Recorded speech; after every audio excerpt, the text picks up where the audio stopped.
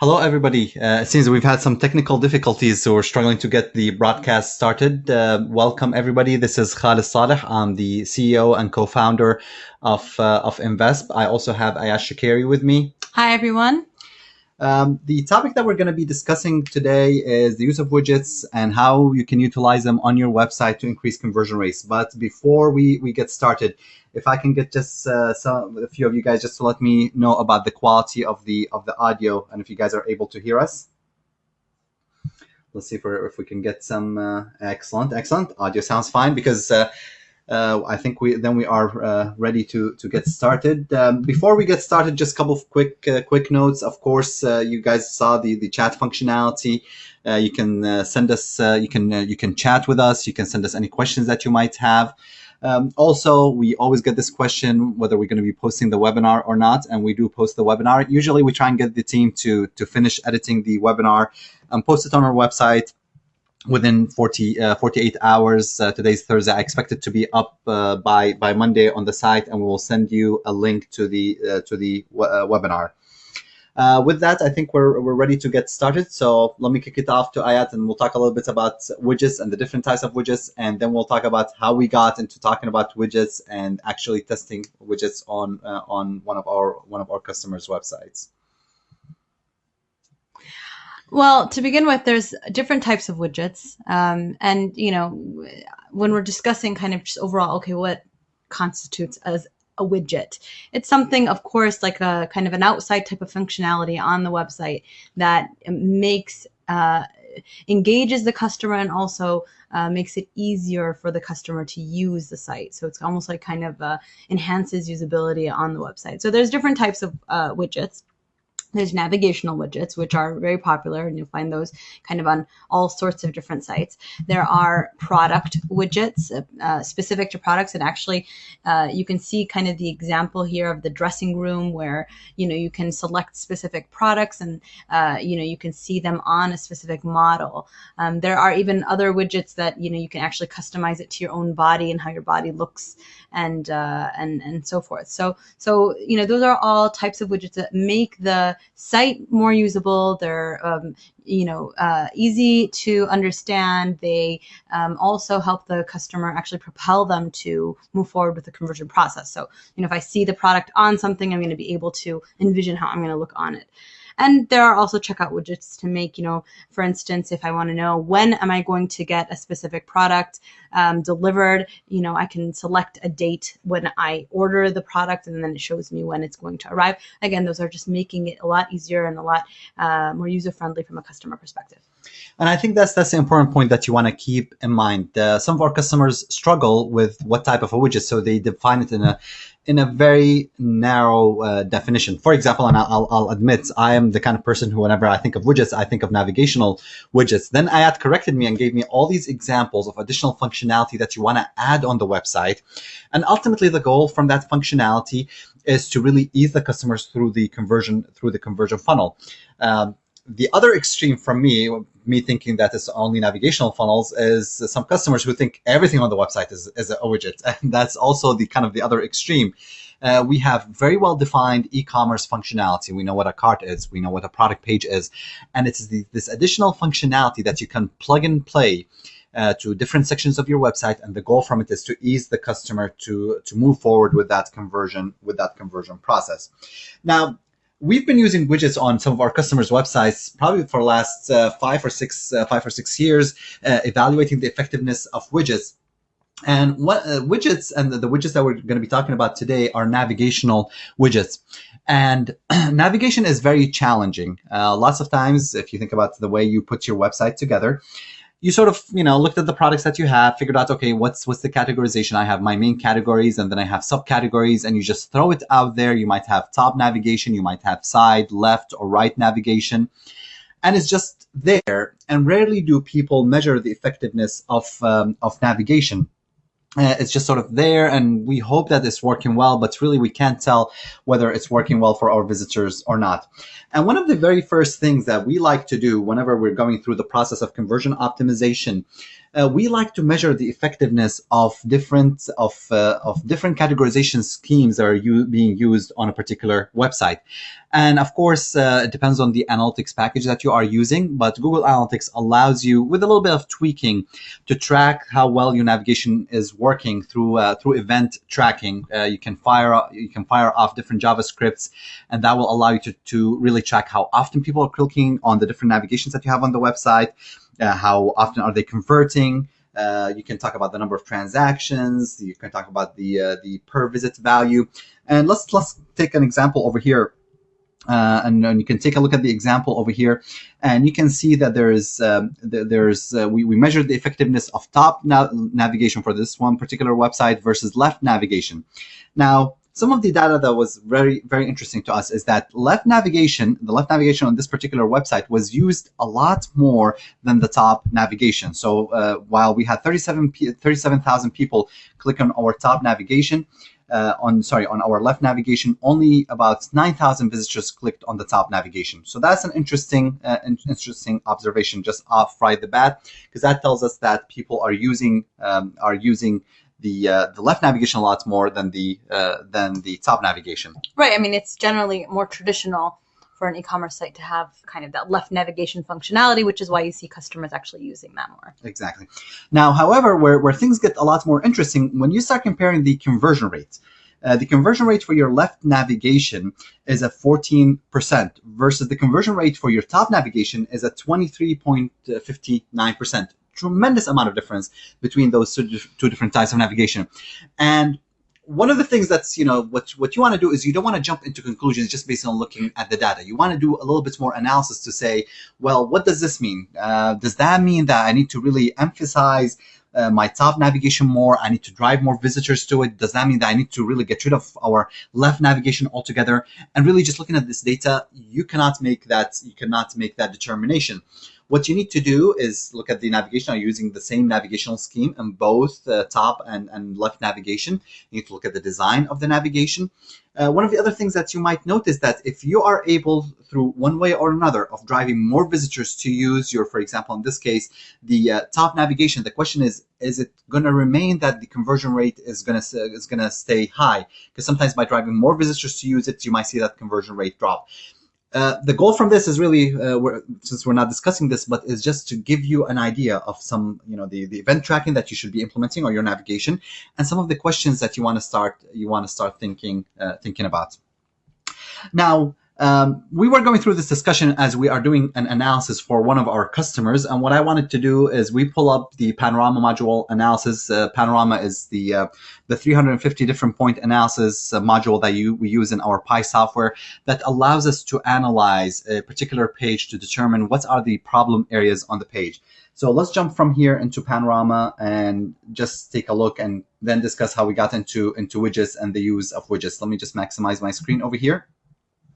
So one of the things before I throw it to Ayat, one of the things that we struggled with really when we first started conversion optimization is the typical approach to conversion optimization is you have a consultant, and the consultant looks at a screen and the consultant says, you know what, I really don't like this image and I don't like this headline and maybe this color is really ugly. And lots of times, yes, the consultant is trying to use best practices, but lots of times he or she might be guessing. And if he is having a good day, then your recommendations are going to be good. And if he's having or she's having a bad day, then your recommendations might not be so great. So the goal from Panorama was to standardize that process of evaluating a page. So instead of just randomly guessing and saying, well, I like this and I don't like that, is we go through this process of evaluating a particular page from the different elements of the conversion framework. And by the way, as we finish the first section of this presentation, we have a really nice offer that we're going to be sharing with you. We have two really good offers that we're going to offer to our webinar attendees today. Going back to Panorama, so as you see over here, and if you're familiar with our book and the methodology that we follow, we analyze a page from different perspectives. We want to analyze the page from the perspective of trust factors, from the perspective of personas, the buying stages that visitors come to the particular page on, the FUDs, the fears, uncertainties, and doubts, the complexity of the sale, the use of incentives, and the engagement. Each one of those areas that we're evaluating the page pinpoints specific problems. And I always tell people that we can really, when we analyze a page, we can pinpoint anywhere between 50 to 150 problems. The challenge with pinpointing that many problems is no one has the energy, the time, the resources to fix 50 or 150 problems. So what you want to do is prioritize the problems that you have on a particular page and take those top problems. And that's how you create a new design and you do the A/B or multivariate testing.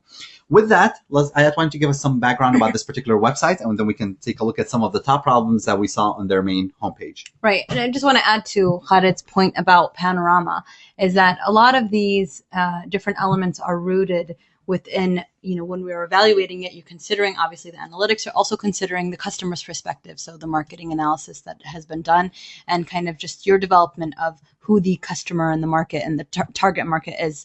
So that's something to also consider when you're kind of doing this evaluation. So what we did on this particular website, and I want to kind of speak to it specifically. This customer, obviously you guys can see from the screen, is that they sell some sort of auto parts. And what's important to consider is, first of all, we're trying to consider who the market is, what they're trying to look for, and so forth. And that's something, from our perspective, kind of the way that we even jumped into widgets is, okay, well, how do we ease and make a page like this and a site like this a lot easier for customers to use. So some of the areas that we noticed were, number one is, kind of looking at this main image here, we see that it's lots of text. A lot of the benefits are helpful, but of course it's not necessarily lending to, providing the customer with that information and really incentivizing it more. We also find that, again, that hero image, as was highlighted, you find that it's taking a lot of space and isn't necessarily adding kind of that value proposition and giving me more insight into what the site is all about. That would also go to the lack of a headline. There's no headline that's clear. I mean, it says world-class service, world-class guarantee. Again, that's not necessarily a headline. It's not large enough. It's not, jumping out at the customer, and which is what we'd like the headline to actually do. And again, we want the headline to directly link to that overall value proposition of the site. Those are kind of the first glaring issues on this particular website. What we'll find here as well is that there are, kind of just these side offers here on the right navigation. We don't necessarily have an issue with displaying other types of side offers. We don't have an issue with, having kind of additional information on the site. But what you want to be very, very careful about is that what's displayed above the fold, really kind of looks at that primary conversion goal. That's what we really want to focus on. So we're kind of here with this, I love freebies. Obviously, the tsunami relief is excellent. It's not necessarily just the way that they're displayed. It's the way that they may be taking away from some sort of the primary conversion goal.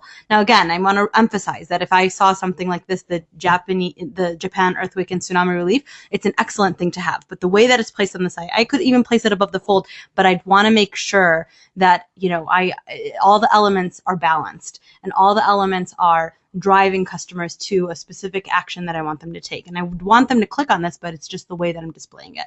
So again, I love freebies, the top secret. I would, kind of consider, are those primary goals? Do I want those to be there? Now, one of the areas, by the way, and you have to consider the fuzz, the fears and uncertainties and doubts that visitors will have as they come to your website.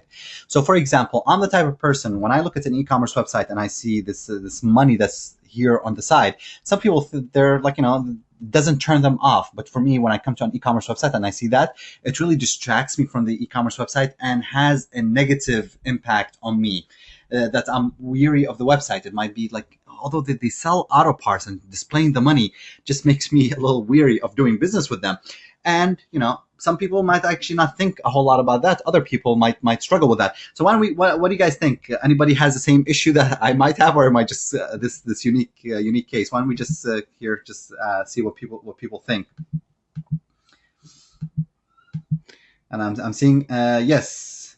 Well, somebody's asking what a FUD is. Ayat, why don't you explain FUD? Well, FUDs are fears, uncertainties, and doubts. So what on the website, would constitute as something that would cause a customer fear, uncertainty, and doubt. And like Khalid just mentioned, having kind of that wad of cash there sometimes can be more of a distraction and cause some sort of uncertainty. Like, what type of site is this? Are they going to be a scam site? Are they going to try to manipulate me in some way, shape, or form? So that's definitely something to consider when you have that type of an image on the site, because it can impact. The other thing that, is kind of striking on the site is that they have a 100% guarantee. But from a customer's perspective, and, you can, if you visit the site, you can't necessarily click on it. There's no way of understanding, what does that 100% guarantee mean? Does that mean that I can return the product and, not necessarily have to pay anything? So those are all kinds of sorts of things that you should be kind of considering and asking. You have wonderful offers on your site. You have an ease of, ordering. You have all of this stuff, but it's not clear because the way that it's listed, the way that it, appears on the site, just the overall element balance is not there. So those are all considerations that we're kind of looking at. Now, by the way, the results are in, and I think 100% of our audience thinks, those who voted, think that yes, they agree with me that this money just turns them off, and it's not something. It makes them doubtful whether they want to do business with the website or not. Just adding something about FUDs. One of the important things that you want to think about is that the type of FUD will change based on the type of page that you are dealing with. And the FUD analysis is a stage that you really have to go through as you're doing the conversion optimization process. Now, let me give you an example. And when we saw an example over here, a FUD that you're dealing with on the main homepage, one of the first fears that people have, is this the right place? Is it a legitimate business? Can I really deal with them? A FUD on a product page is completely different. Is this the right product for me? Am I getting a good deal? Can I find this product at a cheaper place somewhere else? A FUD during the checkout is completely different. Is this a secure checkout? When am I going to be receiving when am I going to be receiving the items? Are they going to does this website have good customer service? So different types of FUDs, different pages, different stages, and you have to be able to address them in different ways. And not always necessarily telling the visitor that, okay, here's the FUD that I'm going to deal with this. Sometimes just by giving an indication to the visitor that I understand your concerns and they're going to be addressed at the right time and the right place. Now, somebody had mentioned a comment of that it's a harmless element, and that's true. It is a harmless element, but at the same time, what types of questions and doubts does that type of an element place on the customer? What comes to mind when they see something like that? What is it associated with? And that's kind of the key issue, is that you have to figure out this element, what is my customer going to associate it with? Are they going to associate it with something positive or negative? And whenever I'm placing an image on a site, I need to be 100% sure that it's not going to have some sort of a negative association with the customer. And that's really where the fears and uncertainties and doubts analysis comes into play. Very good.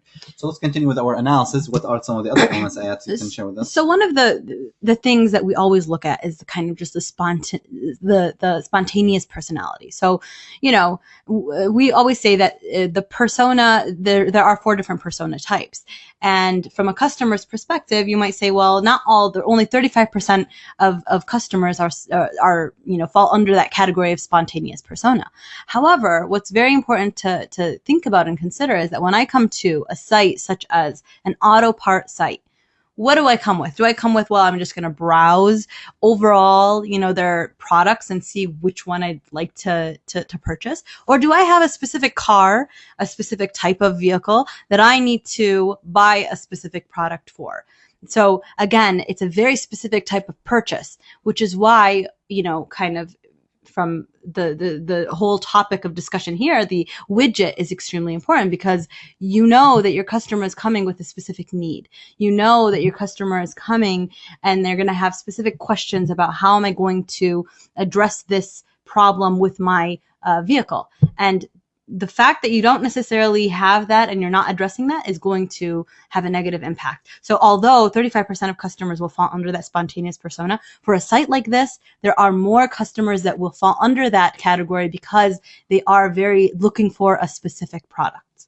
Definitely. And think about yourself. I always think I'm very spontaneous. I come into a website, I'm ready to buy, I have my credit card, and I would like to find exactly what I'm looking for. And I get really, really frustrated by the fact that I cannot locate the product really quickly. For example, I'm trying to buy a laptop case, and there is just a huge variety. If you go to Amazon, if you go to eBags, such a huge variety of products. But for me, because they don't really think of it from a perspective of a customer, they just confuse me with all these options. I'd love to find, a laptop case that's really light, that also looks elegant, and I've been going back and forth. And for somebody who's spontaneous, that's something that I struggle with. Lots of these websites were built for somebody who is more logical, and logicals represent about 45% of the population. So it's good that we appeal to them, but at the same time, you don't want to forget the spontaneous site personas, because spontaneous site personas, if you present them with the right information, they are the fastest segment to convert amongst all the different types of personas. So what you see over here in this quick analysis, well, we pinpointed that there's 6 main problems that are possible on this main homepage. And that's really how we got into the discussion of the spontaneous site persona, also the navigation and its effectiveness, and how do we actually know that we should really introduce widgets to a widget to this website, and what's the impact of that widget on the final conversion rate for that for this particular website. And this is what you see over here is very typical analysis, also almost like having the website with different sticky notes on it, pinpointing the different possible problems. And we'll show you a little later the design, that this is just a design that we came up with, and the actual final uplift that we've had when we introduced the new design for the website. Let's switch to our PowerPoint over here, and let's talk about when should you consider using widgets, because that's really ultimately a very important question. Ultimately, developing a widget will require time and resources. It's going to require some marketing efforts. It's going to require some development team work as well. So you really want to know that, okay, yes, my website is a good candidate for introducing a widget, or no, I really should avoid it because it's really not going to add and it's not going to add anything to my website.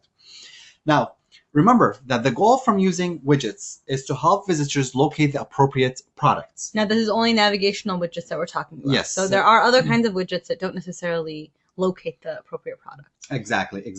So the goal with the navigational widget is to get the visitor quickly to find the right product for their wants or need. And the criteria that we use to evaluate and at least to get us started thinking about using a widget will depend on three different areas that we want to think about. One is the type of product that's being offered on the website. So, for example, we just showed an example of auto parts, and we always think that auto parts really lend themselves to widgets, because when the visitor is coming, they're looking for something really specific. I own a Ford Explorer, and I want to find the right product for that Ford Explorer, for example. It's a lot different than, for example, if we are selling apparels. Sometimes you really have to think about widgets. Sometimes it's appropriate, sometimes it's not, and we'll show you an example of that. Also, you want to think about the categorization scheme that you are using on the website. The deeper the categorization, the more clicks it takes the visitor to find the right product for them, the more the website lends itself to using a widget. I know previously we used to say, and that was back in the late 90s, that really a visitor should get to the right product within 3 to 4 clicks.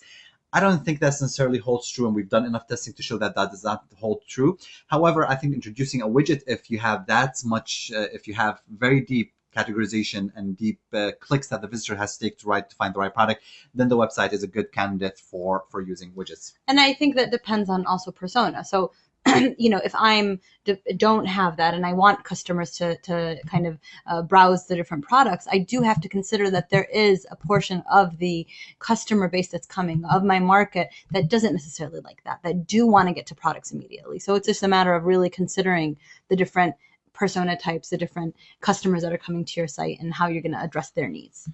Very good. I saw some questions about the widgets. Are they different than hyperlinks? Hyperlinks will get you ultimately to find the right product, but widgets will show you an example of a widget. When we introduce them to the website, they actually simplify through a couple of clicks, simplify the visitor finding what they are looking for. Now, the last thing that I want to point, and then we always put this about the use of widgets and really about navigation overall, is ultimately a business decision. A good example of that, eBay. eBay does not always necessarily make it very easy for you to find the products that you are looking for. Sometimes you have to click and navigate and struggle a little bit with the website. And I believe that's an actual intentional decision on eBay's behalf, because they want you to browse through the different products. They don't necessarily want you to locate the product that you are looking for. And there has been a shift within eBay's policy in the last couple of years. Previously, if you use eBay back in 2001, 2002, you really struggled. And I remember talking to some of the marketing and development teams at eBay, and I told them, really, it's just such a struggle for me. And they said, you know what, we understand that, but if you are able to bypass that and you're able to deal with the website, they're actually able to increase the average order value, the average conversion rate, by forcing visitors to navigate further. So sometimes you want to think about that. And of course, eBay can afford to do that with tens of millions of visitors.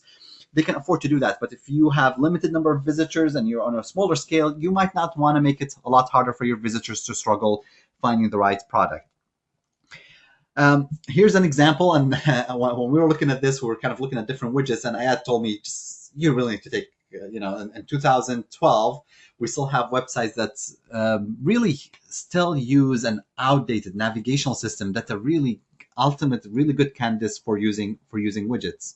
Yeah, I mean, if you could see from this example, from this particular customer, the way that it looks, it's almost like a file, like a checkoff file, that they really just took and slapped on the site in order for a customer to find specific products. You have to click per item and it opens up other. I mean, this is just very, very old, very difficult, very, it's not user-friendly at all. It's not considering the customer's perspective at all. So these are very important things to kind of look at when you're considering your site. I mean, I really don't think there are many sites like this, but unfortunately they still exist.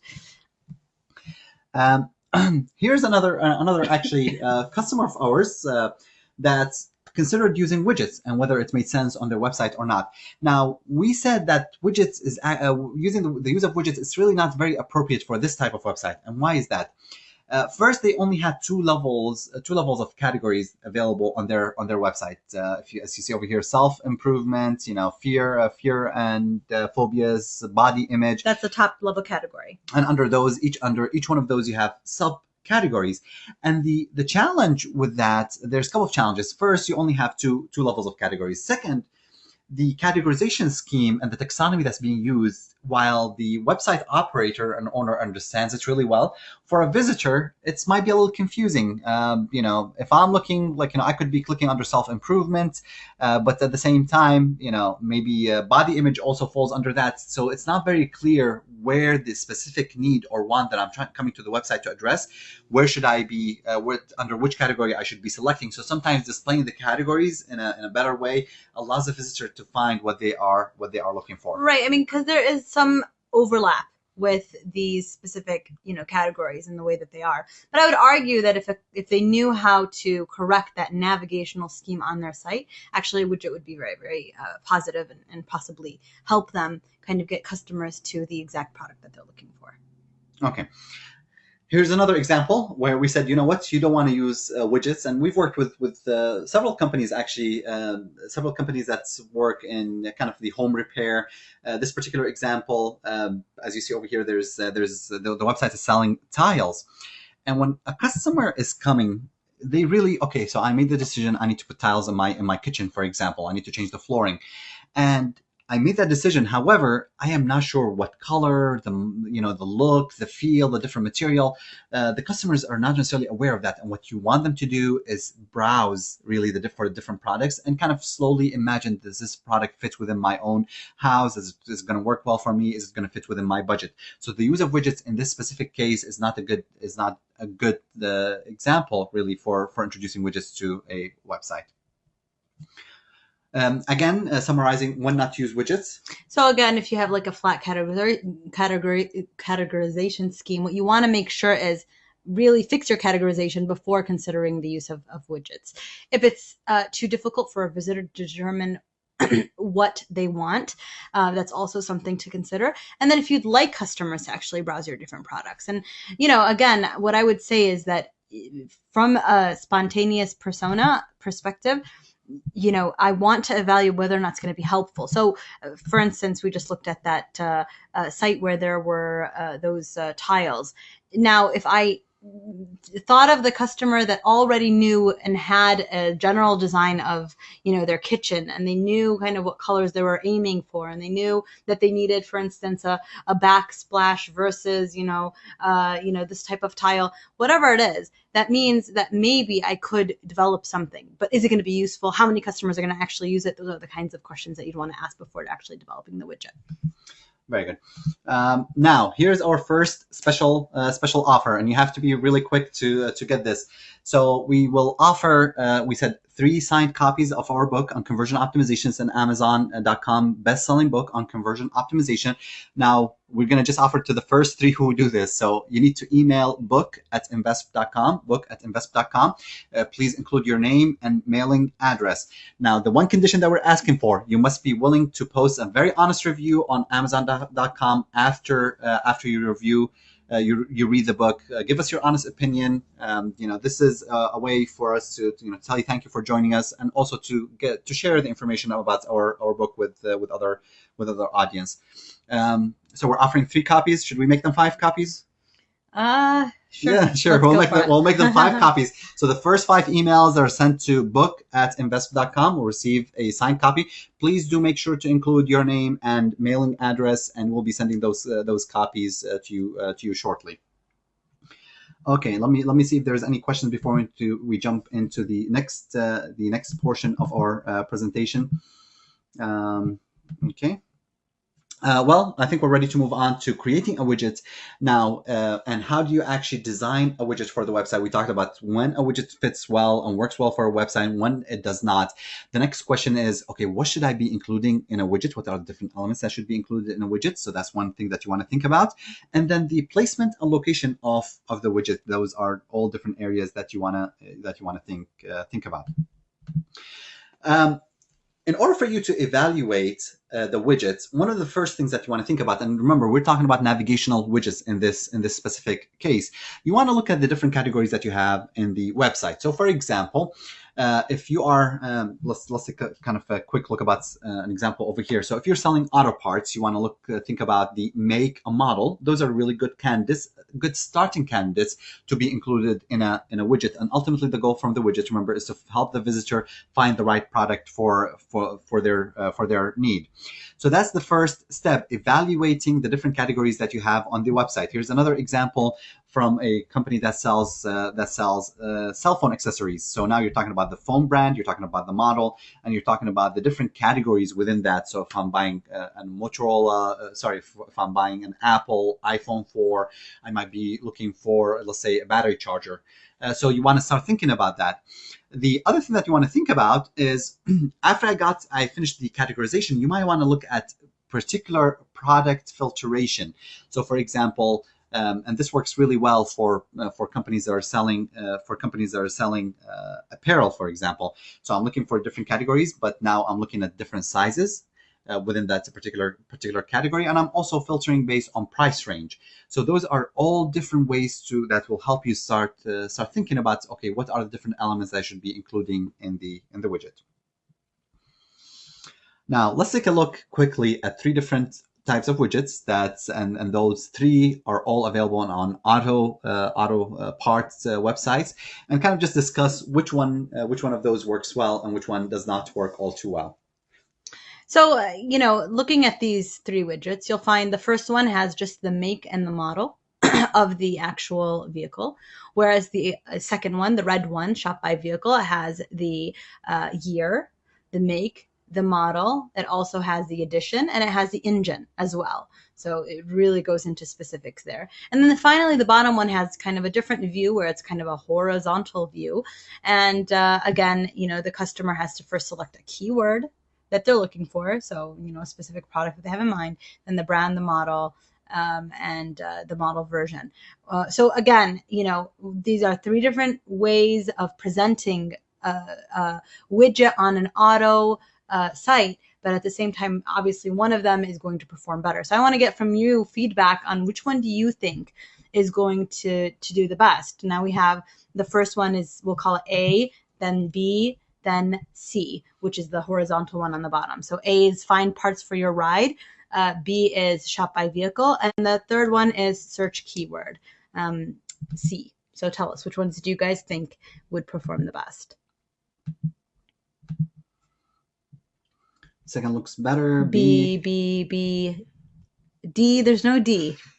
I was like that. It's like D. I'm like, okay, well, we don't have actually a D option. However, maybe you're talking about a new design completely. Very good. And A,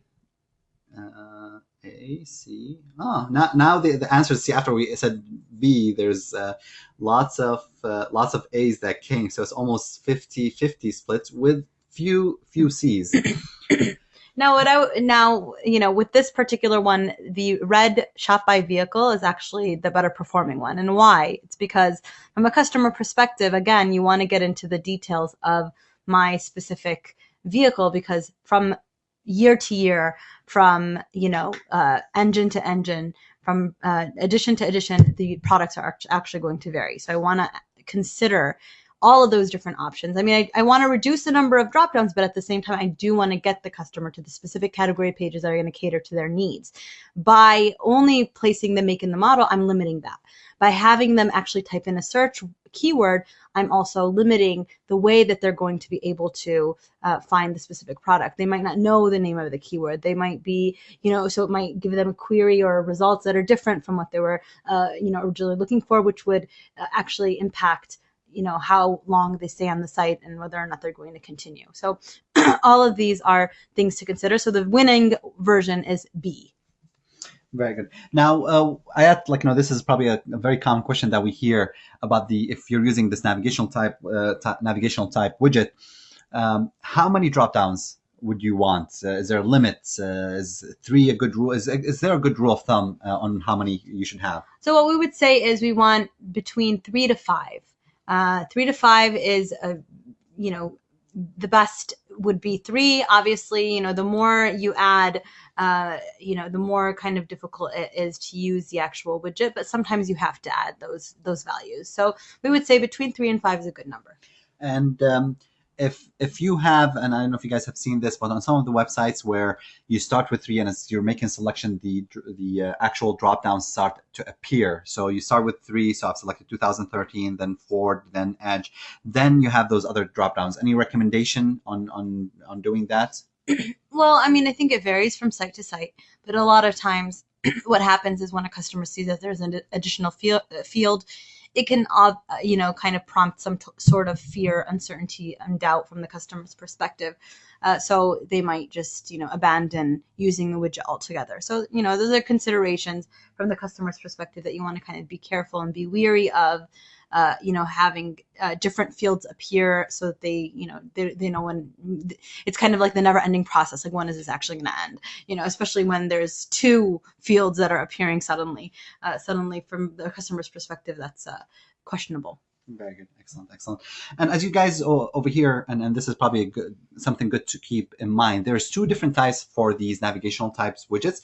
The top 2 that you see over here is what we call the vertical, and then the bottom one is the horizontal. And we'll show you kind of good placement for those on a particular website, because we were considering that for the customer that we showed initially. And let's jump into now. After you introduce the widget to a website, what you want to do is actually do a couple of things. First, you need to introduce, of course, in an A/B or multivariate testing fashion.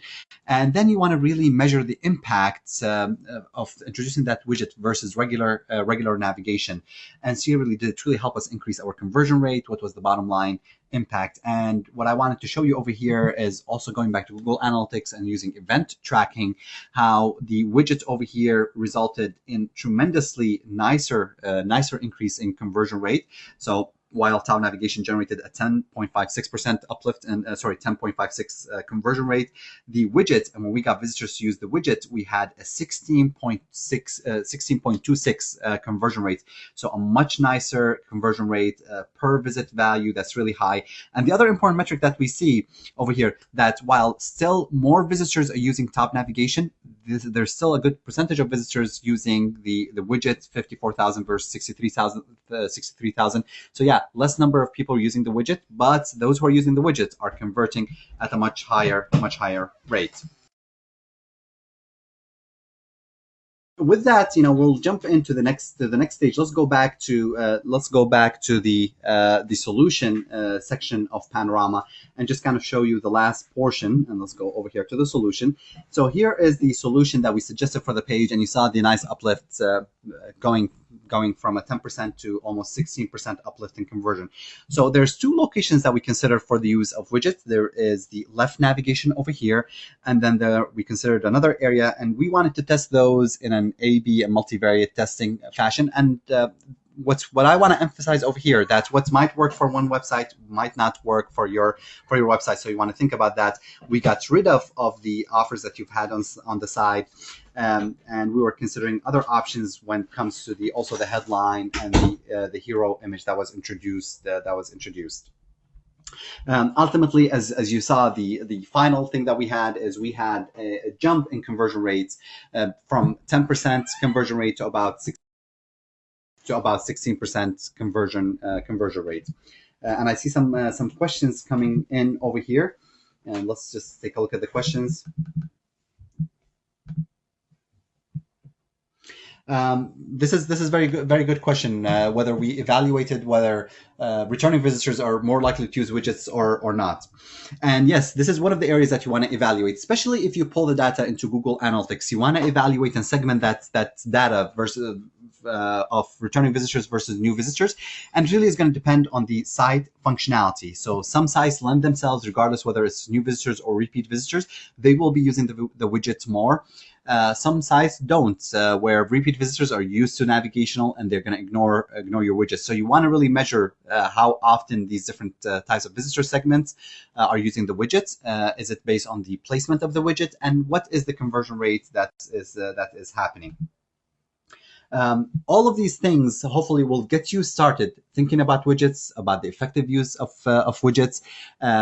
And what we want to emphasize, and it's very important, that sometimes widgets may or may not work for your website, but if you introduce a widget to your website, you want to consider the design of the widget, the placement of the widget, and is it really effective for your website or not. So usually we don't judge the effectiveness of widget unless we've done about 3 months of testing on widgets with different designs, with different layouts, and at that point in time we can determine whether widgets are working well for a website or not. Ayat, anything you want to add? No, but I would also say, just like what Khaled mentioned, is that, a lot of times you do an initial test of the widget and you say that, okay, well, I haven't seen that increase in conversion rate. So I would say make sure to have the event tracking included to see, what the conversion rate is compared to having it versus not having it. And then secondly, again, the design, the way that I drive more customers. If I find, okay, well, it has a better conversion rate, but it's not getting enough visitors. How do I make customers use it more? Where am I going to place it? How is it going to look? The, overall usability of it, and so on and so forth. So those are all very important considerations. Very good. With that, we're going to come to our second special offer that we're offering. Remember, the first offer was 5. We were giving away 5 free copies of our book on conversion optimization. And I'm not sure, I have not logged into my email, so I'm not sure if the offer has been all filled or not. We said you need to email book@invest.com. So that's the first offer. Now, the next special offer that we have for our webinar attendees is you can receive a free analytics assessment to determine areas of opportunities on your websites. If you're considering conversion optimization, you're thinking, where should I start? What areas I should focus on? In order for you to qualify for this offer, you must have a minimum of 400 conversions per month. If you're an e-commerce website, 400 orders per month. If you are lead generation type websites, 400 leads coming from your website. And we usually get a lot of people email us about this free offer, so we can only fill the first 10 offers.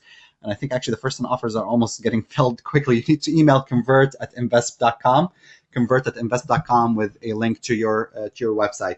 With that, we hope that you guys have enjoyed the webinar and found it very useful. Like I mentioned, we are going to be posting the webinar on our website by this coming Monday. You'll also receive a link to the recording of the webinar in your email. We will talk to you guys soon. We'll be posting our next month's webinar. We're looking at different case studies that will be interesting to share with you next month. With that, take care and talk to you guys soon. Goodbye, everyone. Thank you.